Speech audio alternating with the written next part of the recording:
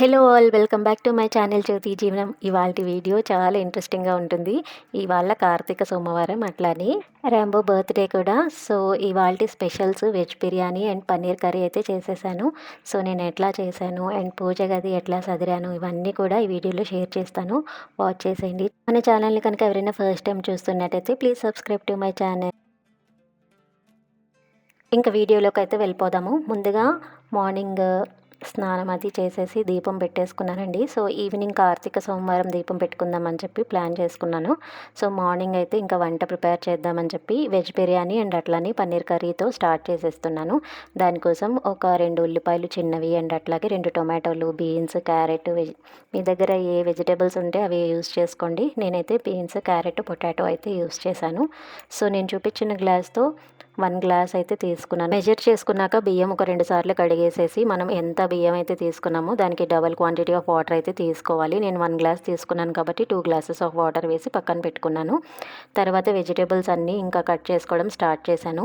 First carrot and potato అయితే peel చేసేస్తున్నాను అనమాట. పీల్ చేసేసి అన్ని వెజిటేబుల్స్ శుభ్రంగా వాటర్తో కడిగేసుకోండి.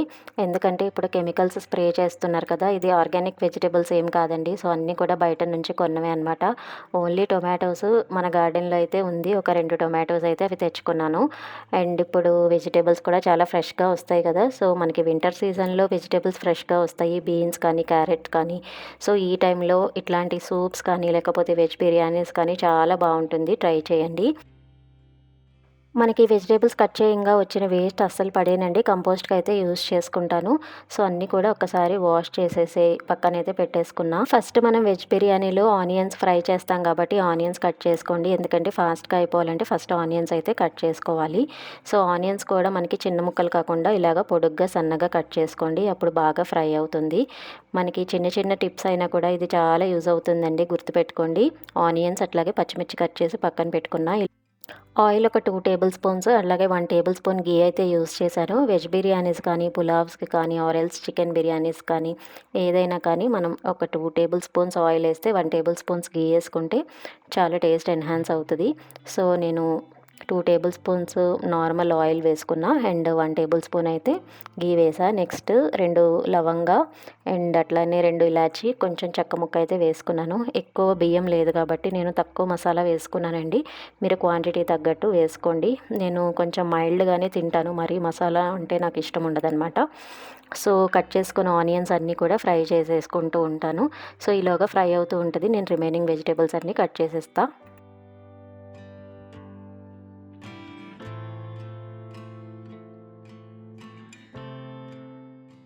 మనం బిర్యానీస్ కానీ పులావ్స్ కానీ చేసినప్పుడు ఆనియన్స్ అయితే బ్రౌన్ కలర్లో అయ్యేంత వరకు వెయిట్ చేయండి. తెల్లగా ఉన్నప్పుడు మనం వెజిటేబుల్స్ యాడ్ చేయకండి, టేస్ట్ అయితే అస్సలు బాగోదు.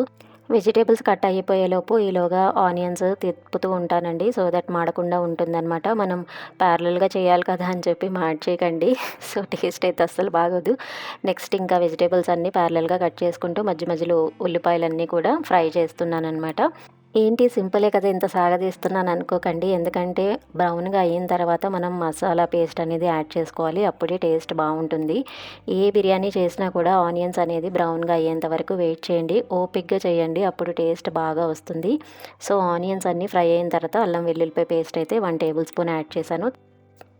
సో ఇక్కడ అల్లం వెల్లుల్లిపాయ పేస్ట్ కూడా పచ్చివాసన పోయేంత వరకు బాగా వేపాలండి. మనం కంగారు పడిపోయి అన్నీ యాడ్ చేసేయకూడదు. నెక్స్ట్ ఇంకా వెజిటేబుల్స్ కట్ చేసుకున్నవి అన్నీ కూడా ఒకసారి యాడ్ చేసేసుకొని ఇంకా మూత అయితే పెట్టేసుకున్నాను అనమాట. సో మనకి ఇదే టిప్స్ అండి, చిన్న చిన్న టిప్సే మనకి టేస్ట్ బాగా వచ్చేలాగా చేస్తాయి. మనం కంగారు పడిపోయి ముందే అన్ని వెజిటేబుల్స్ వేసి మూత పెట్టేసేస్తే టేస్ట్ ఉండదు. యాక్చువల్గా కుక్కర్లో అయితే పర్వాలేదు, కానీ ఇది మనం సపరేట్గా బాండీలో వండుతున్నాం కాబట్టి ఇట్లా ప్రాసెస్ చేయాల్సి వస్తుందన్నమాట. యాక్చువల్గా బిర్యానీస్కి పులావ్స్కి కొంచెం మందం గిన్నె తీసుకుంటే బెటర్ అండి, మనం పద్దాక ఉండి చెక్ చేయాలంటే కష్టం కదా. నేను ఓన్లీ 2 పీపుల్కి కాబట్టి నేను సింపుల్గా అయిపోతుంది అన్న ఉద్దేశంతో పక్కనే ఉండి చేసేయచ్చు అన్నట్టు ఇట్లాగా పక్కనే ఉండి కలుపుతున్నాను. కొత్తిమీర కూడా యాడ్ చేసుకోండి. అడుగంటకుండా మధ్య మధ్యలో మూత తీస్తూ వెజిటేబుల్స్ అనేవి ఉడకపెట్టుకోండి. ఇది స్టీల్ బాండీ కాబట్టి కొంచెం అడుగంటే ఛాన్సెస్ ఎక్కువ ఉంటుంది. మీరు ఐరన్ కడాయిస్ ఆరెల్స్ అల్యూమినియం అయితే అంత అవసరం పడదనమాట. కింద మందంగా ఉంటే మనం ఎక్కువ కలపాల్సిన నెసెసిటీ ఉండదు.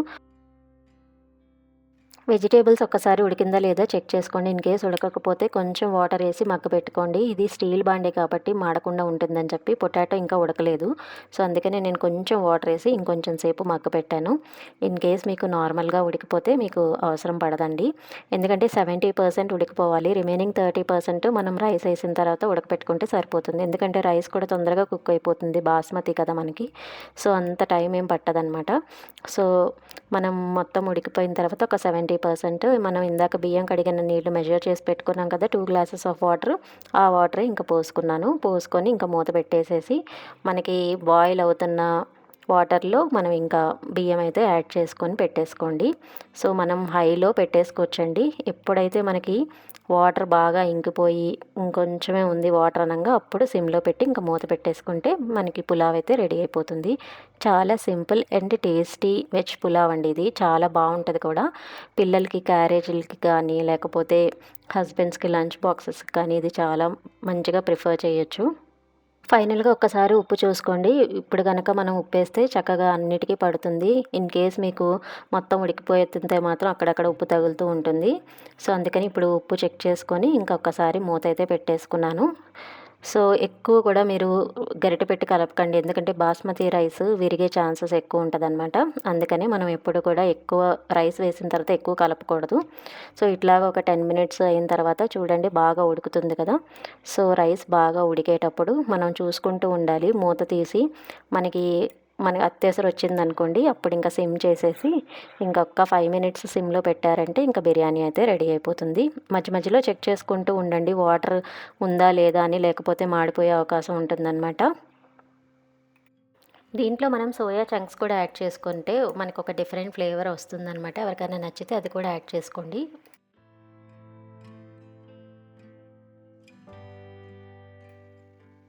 సో చూస్తున్నారు కదా లైట్గా వాటర్ ఉన్నట్టుంది. ఈ టైంలో నేను ఇంకా మూత పెట్టేసేసి ఇంకా సిమ్లో అయితే పెట్టేసా. పెద్ద బర్నర్స్ మీద మనకి మంట ఎక్కువ వస్తుంది కదా, అందుకే నేను ఇంకా చిన్న దాని మీదకి షిఫ్ట్ చేసుకొని ఇంకా దమ్ముకైతే పెట్టేశాను.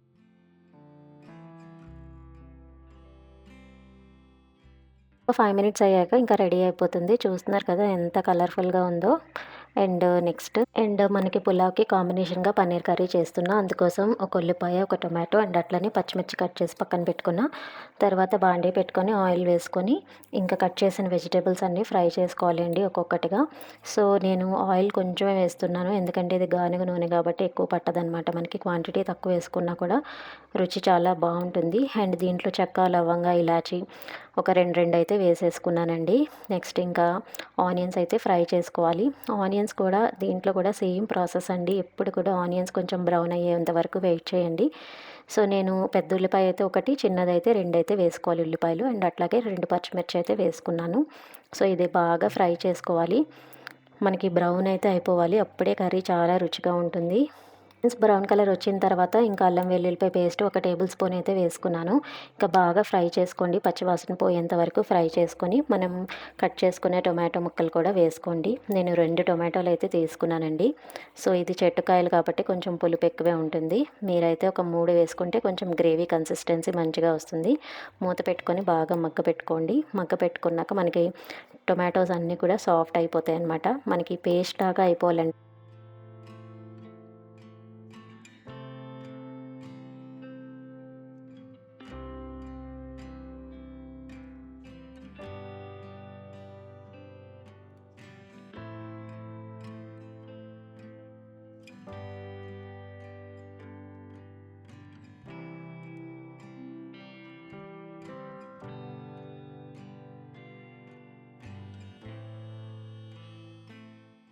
టొమాటో సాఫ్ట్ అయిపోయిన తర్వాత అప్పుడు కారం, పసుపు ఇవన్నీ కూడా యాడ్ చేసుకోండి. మాకు పసుపు, కారం, ధనియాల పౌడర్, జీలకర్ర పౌడర్ అన్నీ కారంలో మరాడిచ్చేసి పెట్టేసుకుంటాను. సో అందుకని నేను ఏది సపరేట్గా వేయనండి.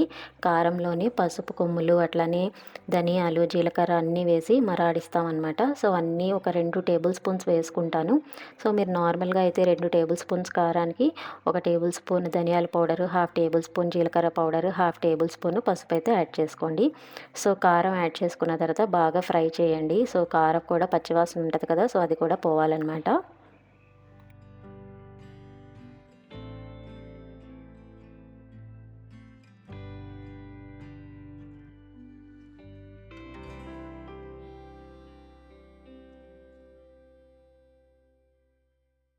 కారం వేసుకున్నాక ఒక 1 మినిట్ అట్లా మూత పెట్టి కొంచెం మగ్గించుకోండి. పచ్చివాసన పోతుంది. తర్వాత మూత తీసి ఇంకా కొంచెం వాటర్ యాడ్ చేసుకొని గ్రేవీ అనేది మనకి గ్రేవీ కన్సిస్టెన్సీగా రావడానికి మనం కొంచెం వాటర్ పోసుకొని కొంచెం బాగా మరగబెట్టండి. మరగబెట్టిన తర్వాత మూత తీసి మళ్ళీ పన్నీర్ యాడ్ చేసుకోండి. మనకి పన్నీర్ ముందే వేసుకోకండి, ఎందుకంటే కొంచెం ఆ టొమాటో పచ్చివాసన పోయిన తర్వాత అప్పుడు మనం పన్నీర్ యాడ్ చేసుకున్న తర్వాత మనం ఎక్కువసేపు ఉడికించాల్సిన అవసరం ఏమీ ఉండదండి. ఎందుకంటే పన్నీరు బాగా ఆల్రెడీ సాఫ్ట్గా ఉంటుంది కదా, సో ఇంకా సాఫ్ట్ అయిపోతే మనం అసలు గుజ్జు గుజ్జుగా అయిపోతుందనమాట. సో అందుకని ఎక్కువ దాన్ని ఉడకపెట్టకూడదు. ఇంకా ఫైనల్గా మూత పెట్టుకొని ఒక 5 మినిట్స్ సిమ్లో కనుక మీరు ఉడికించినట్టయితే కర్రీ రెడీ అయిపోతుంది. లాస్ట్లో కొత్తిమీర చల్లుకొని ఇంకా డిష్ అవుట్ చేసేసుకోండి. ఈ కాంబినేషన్ మనకి రోటీస్కి కానీ కర్రీస్కి కానీ చాలా టేస్టీగా ఉంటుంది. ఫైనల్గా మనం ఒక్కసారి ఉప్పు అయితే చెక్ చేసుకోవాలండి. సో ఉప్పు ఈ టైంలో వేసుకుంటే మనకి బాగా పడుతుంది. మనం తర్వాత కర్రీ మొత్తం కంప్లీట్ అయిపోయిన తర్వాత వేసుకుంటే అంత టేస్ట్ ఉండదన్నమాట. సో ముందే వేసుకొని ఒకసారి మూత పెట్టి ఉడికించేసేసి ఒక్క 5 మినిట్స్ మీడియం ఫ్లేమ్లో ఉడికించేసేసి ఇంకా మీరు కొత్తిమీర అయితే యాడ్ చేసుకొని గార్నిష్ చేసుకొని ఇంకా మీరు సర్వ్ చేసుకోవడమే. చాలా simple and tasty healthy paneer curry అండి ఇది. అండ్ మీకు దీంట్లో పన్నీర్ బటర్ మసాలా ఇట్లా కూడా ట్రై చేయొచ్చు. బట్ వెజ్ పులావ్కి అయితే ఇలా కాంబినేషన్ బాగుంటుంది, ట్రై చేయండి. Paneer curry and veg pulao చాలా మంచి స్మెల్ అయితే వస్తుంది. నాకైతే నోరు ఊరిపోతుంది. మీకు ఎట్లా అనిపించిందో కామెంట్ చేసేయండి. నెక్స్ట్ ఇంకా ఆఫ్టర్నూన్ లంచ్కి అయితే ప్రిపేర్ అయిపోయాము, ఎందుకంటే చాలా లేట్ అయిపోయిందండి. ఈరోజు చాలా వర్క్స్ ఉన్నాయన్నమాట. మండే కాబట్టి ఈరోజు పూజ కూడా ఈవినింగ్ ప్లాన్ చేసుకున్నాను, ఆఖరి సోమవారం కాబట్టి. సో వెజ్ పులావ్ మనకి వెజిటేబుల్స్ ఎక్కువ వేసుకుంటే హెల్తీ కాబట్టి నేను వెజిటేబుల్స్ ఎక్కువ వేసుకొని ప్రిపేర్ చేసుకున్నాను. చూస్తున్నట్టయితే మనకి మెతుకు కూడా అతుక్కోకుండా చక్కగా వచ్చింది, చూసారా. మనం కరెక్ట్గా కనుక ఉడికించుకుంటే ఎటువంటి ఇబ్బంది ఉండదు. పేస్ట్ అయిపోవడం కానీ లేకపోతే గట్టిగా ఉండటం కానీ అస్సలు ఉండదన్నమాట. ట్రై చేసిన తర్వాత నాకు చాలా టేస్టీగా అనిపించిందండి. ఏమీ తగ్గలేదు, అన్నీ కూడా కరెక్ట్గా సరిపోయింది. మసాలాలు ఎక్కువ లేకుండా మైల్డ్గా స్పైసీగా ఉండాలి అంటే కనుక ఇట్లా ట్రై చేయండి, చాలా యమ్మీగా ఉంటుంది. ఈవినింగ్ ఇవాళ కార్తీక సోమవారం లాస్ట్ వారం అండి. అట్లాగే మా రాంబు బర్త్డే కూడా. సో వాడికి కొంచెం స్నానం అది చేయించి ఈవినింగ్ పూజలో కూర్చోబెడదామని చెప్పి ప్లాన్ చేసుకున్నాను. So evening and cake cutting కూడా చేద్దాం అనుకున్నాను అనమాట. సో ముందు రోజే కేక్ అయితే ఆర్డర్ చేసేసా. అండ్ ఆల్సో పూజ గది కూడా మొత్తం కూడా క్లీన్ చేసేసాను అనమాట. క్లీన్ చేసేసి పూజ సామాన్లన్నీ కూడా తోమేసుకున్నాను. చాలా టైం పడుతుందండి, బట్ మార్నింగ్ లేసి అన్నీ కూడా కంప్లీట్ చేసేసుకున్నాను. సో దట్ ఈవినింగ్కి మాకు కొంచెం టైం దొరుకుతుందని చెప్పి ఈవినింగ్ ఓన్లీ బొట్లు మాత్రమే పెట్టానమాట. యాక్చువల్గా టెంపుల్కి వెళ్దాం అనుకున్నామండి, బట్ మా హస్బెండ్ కాల్స్ వల్ల వెళ్ళలేకపోయాము. సో ఇంటి దగ్గరే తులసి కోట దగ్గర దీపం అయితే పెట్టేసుకున్నాను. అండ్ ఫస్ట్ వారం అయితే దీపం అయితే పెట్టానండి గుళ్ళో. సో అందుకని ఇప్పుడైతే వెళ్ళలేదన్నమాట. నేను ఈ బ్రాస్ ఐటమ్స్ అన్నీ కూడా TTH the Telugu house wife channel వాళ్ళది షాప్ ఉంది కదండి. సో అక్కడైతే తీసుకున్నాను. క్వాలిటీ వైజ్ చాలా బాగుంది. అన్ని ఐటమ్స్ అక్కడే పర్చేస్ చేశాను. అండ్ ప్రైస్ వైజ్ కూడా నాకు రీజనబుల్గా అనిపించింది. చిన్న చిన్న ఫొటోస్కి మనకి బొట్లు పెట్టడం అంత కష్టంగా అనిపించదు, కానీ పెద్ద ఫొటోస్కి మనకి బొట్టు అనేది చాలా నీట్గా పెట్టాలి. అమ్మవారికి అట్లానే అయ్యవారికి బొట్టు పెట్టేటప్పుడు కొంచెం టైం అయితే స్పెండ్ చేస్తాను. ఫస్ట్ గంధం పెట్టి దానిపైన అయితే కుంకుమ పెడతానండి. సో గంధం కూడా కొంచెం గట్టిగా కలుపుకోండి, లూజ్గా అయిపోతే మనకి బొట్టు అనేది జారిపోతుంది. సో మనం కొంచెం టైట్గా ఉంటే మనకి ఈజీగా ఉంటుందన్నమాట షేప్ రావడానికి కూడా. అండ్ దానిపైన నేను ఇంకా కుంకుమ అయితే అద్దేస్తాను. సో ఇట్లా చేయటం వల్ల చాలా నిండుగా అనిపిస్తుందండి. ఇది ప్రాక్టీస్‌తో ఆటోమేటిక్‌గా వచ్చేస్తుందండి. ఇన్ కేస్ మీరు రౌండ్ షేప్ అనేది రాకపోతే గనక మొత్తం మీరు గంధం, కుంకం పెట్టేసిన తర్వాత మనకి ఇయర్ బడ్స్ ఉంటాయి కదా, దాంతో మనకి ఎడ్జస్ట్‌లో అట్లా పట్టుకొని ఇట్లాగా రౌండ్‌గా షేప్ చేశారంటే ఈజీగా మనకి రౌండ్ షేప్ లాగా అయితే వచ్చేస్తుంది. బొట్టు పెట్టడం అయితే కంప్లీట్ అయిపోయింది. నాకు సైడ్స్‌లో కొంచెం లైట్‌గా గంధం అంటినట్టు అనిపించిందనమాట. సో అందుకని కొంచెం ఇయర్ బడ్ తీసుకొని మొత్తం కూడా నీట్‌గా ఇంకా అరేంజ్ చేసేసాను బొట్టుని. ఇప్పుడైతే నీట్‌గా అనిపిస్తుంది. పర్ఫెక్ట్‌గా వస్తేనే నచ్చుద్దండి నాకు. సో ఎంత టైం అయినా కొంచెం వెయిట్ చేసి పెడుతుంటాను. సో ఫైనల్‌గా ఇదైతే కంప్లీట్ అయిపోయింది. అండ్ కింద కూడా తులసమ్మ దగ్గర కొంచెం ముగ్గు అది పెట్టి పసుపు రాసేద్దామని చెప్పి కిందకైతే వెళ్ళాను. యాక్చువల్‌గా ఇది గార్డెన్ స్పేస్‌లో ఉండటం వల్ల పసుపు ఎంత రాసినా 1 డేనే ఉంటుందండి. బొట్లు పెట్టినా కూడా. మనం వాటరింగ్ చేస్తూ ఉంటాం కదా చెట్లకి, అప్పుడు దాని మీద పడి ఇంక అది పోతుంది. అండ్ అది మార్బుల్ కాబట్టి మనకి ఎక్కువ సేపు నిలవట్లేదనమాట. అప్పుడప్పుడు అనిపిస్తది పెయింట్ వేసేస్తే ఎట్లా ఉంటది అని చెప్పి. బట్ నేచురల్ లుక్ ఇచ్చేంత ఏది కూడా మనకి ఆ పెయింట్‌లో రాదు కదా! అందుకనే నేను ఇంకెప్పుడు కూడా ఇలాగే నేచురల్‌గా పసుపు, కుంకుమ అయితే పెడతాను. అండ్ దీనిపైన మనకి బియ్యపిండి అస్సలు అంటట్లేదండి. అందుకే బియ్యపిండి పెట్టట్లేదు. యూజువల్‌గా అయితే బియ్యపిండి కూడా పెడతారు. అండ్ తులసి కోట ముందు మనకి ప్లేస్ ఎక్కువ లేదనమాట. సైడ్స్‌లో స్టాండ్స్ అవి ఉన్నాయి. మనకి క్రీపర్స్ అల్లించుకోవడానికి నేను స్టాండ్స్ అవి ఉండటం వల్ల, చిన్న ప్లేస్ ఉండటం వల్ల చిన్న పద్మ ముగ్గు అయితే వేసేసాను. గార్డెన్ ఏరియాలో షూటింగ్ చేయాలంటే చాలా కష్టం అండి ర్యాంబోతో. చూస్తున్నారు కదా ఎప్పటికప్పుడు ఎదరికి కెమెరా ముందుకొచ్చేస్తున్నాడు. నేనేమో వెళ్ళు వెళ్ళు అని చెప్పడం, వాడు నా దగ్గరే ఉండటం ఇదే జరుగుతూ ఉంటుందన్నమాట. షూటింగ్ చేసినప్పుడల్లా ఇదే జరుగుతది. సో, ఫైనల్‌గా ఇంకా ప్యారలెల్‌గా వాళ్ళ బాతింగ్ మా వారైతే చేయించేశారు. ఇంకా నా దగ్గరికొచ్చి బొట్టయితే పెట్టించుకున్నాడు. ఎప్పుడూ లేదండి, చాలా చక్కగా బొట్టయితే పెట్టుకున్నాడనమాట. రమ్మంటే వచ్చాడు. రా ముందుకు రా. ఏంబో ముందుకు రా నువ్వు. స్టే. Good boy. కిందకి రా. ఈసారైతే చాలా చక్కగా పెట్టించుకున్నాడండి. ఎప్పుడు కూడా చాలా అల్లరి చేస్తాడనమాట బొట్టు పెట్టించుకోమంటే. ఎందుకో గానీ ఇవాళ చాలా చక్కగా పెట్టించుకున్నాడు. సో, ముగ్గు కంప్లీట్ అయిపోయింది. ఇంకా గార్డెన్‌లో కొన్ని ఫ్లవర్స్ అయితే హార్వెస్ట్ చేసేసి, ఇంకా ఫ్లవర్స్ కూడా పెట్టేశాననమాట తులసమ్మ దగ్గర. కొన్ని పైన చెట్టు దగ్గర పెట్టాను. అండ్ కింద కొన్నయితే పెట్టేశాను. సో, 365 డేస్ ఒత్తులైతే వెలిగిచ్చేసాననమాట. ఆల్రెడీ ఫస్ట్ వారం అయితే కంప్లీట్ అయిపోయిందండి. అండ్ ఇంటి దగ్గర కాబట్టి ఇంకా ఒకటే వెలిగించారు. మా వారే చేశారండి. నేనింకా అన్నీ కూడా అరేంజ్ చేసి పెట్టేశాననమాట. ఎందుకంటే తనకి 7:00కి కాల్ ఉందండి. మీన్‌వైల్ పూజ కంప్లీట్ అయిపోవాలనమాట. సో, అన్నీ కూడా రెడీ చేసేసి పెట్టేశాను.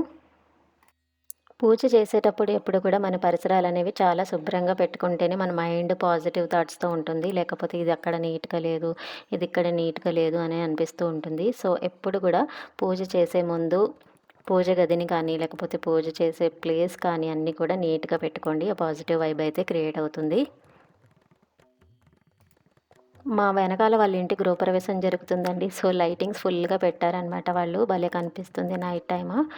అండ్ హారతి తీసుకోమంటే బానే వచ్చాడు రాంబో. యాక్చువల్‌గా ఇద్దరు కూర్చోటానికి కూడా స్పేస్ లేదండి. అందుకే నేను కూర్చోలేదనమాట. సో, ఇంకా రాంబో కూడా ఏంటంటే దీపం ఉంది కదా! సో, కొంచెం అల్లరి ఎక్కువ చేస్తున్నాడు. అందుకే నేను ఇంకా నుంచున్నాను. సో, ఇంకా ఫైనల్‌గా దండం పెట్టేసుకొని ఇంకా పూజ అయితే కంప్లీట్ అయిపోయింది. నెక్స్ట్ ఇంకా పూజ కంప్లీట్ అయిపోయిన తర్వాత రాంబో కోసం కేక్ అయితే ఆర్డర్ చేశామండి. సో, మేమే ఎళ్లి పిక్ చేసుకున్నామనమాట. చూడటానికి చాలా బావుంది. అట్లనే టేస్ట్ కూడా బానే ఉన్నట్టుందండి. ఎందుకంటే అస్సలు ఒక్క పీస్ కూడా వదలలేదనమాట. యాక్చువల్‌గా వీళ్ళ ఫ్రెండ్ బ్రూనోని పిలవాల్సిందుంది. బట్ కొంచెం ఆ రోజు బిజీ స్కెడ్యూల్ ఉండటం వల్ల మా వారికి 7:00కి మీటింగ్ ఉంది. సో, అందుకని పిలవలేకపోయాను. నేనే వెళ్ళి వాడికి కేక్ ఇచ్చొచ్చాననమాట. సో, మంచిగా ఎంజాయ్ చేశాడు వాడు కూడా. చాలా రోజులవుతుందండి వాడిని, వీడిని కలిపి కూడా. సో, వాడు మిస్ అవుతాడు ఎక్కువ వీడిని. బట్ వీడైతే అస్సలు పట్టించుకోనట్టే ఉంటాడు వాడిని. మమ్మీకి మమ్మీకి హ్యాపీ బర్త్‌డే బాయ్.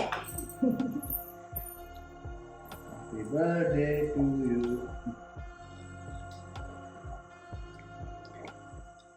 ఎట్లా అనిపించిందండి వీడియో? హోప్ మీ అందరికీ నచ్చిందనుకుంటున్నా. నచ్చితే లైక్, షేర్ అండ్ సబ్స్క్రైబ్. అట్లాగే కామెంట్ కూడా చేసేయండి. మన ఛానల్‌ని కనుక ఎవరైనా ఫస్ట్ టైం చూస్తున్నట్టయితే please subscribe to my channel and like చేసి కామెంట్ కూడా చేసేయండి. అప్పుడే మనకి రీచ్ అయితే వస్తుంది.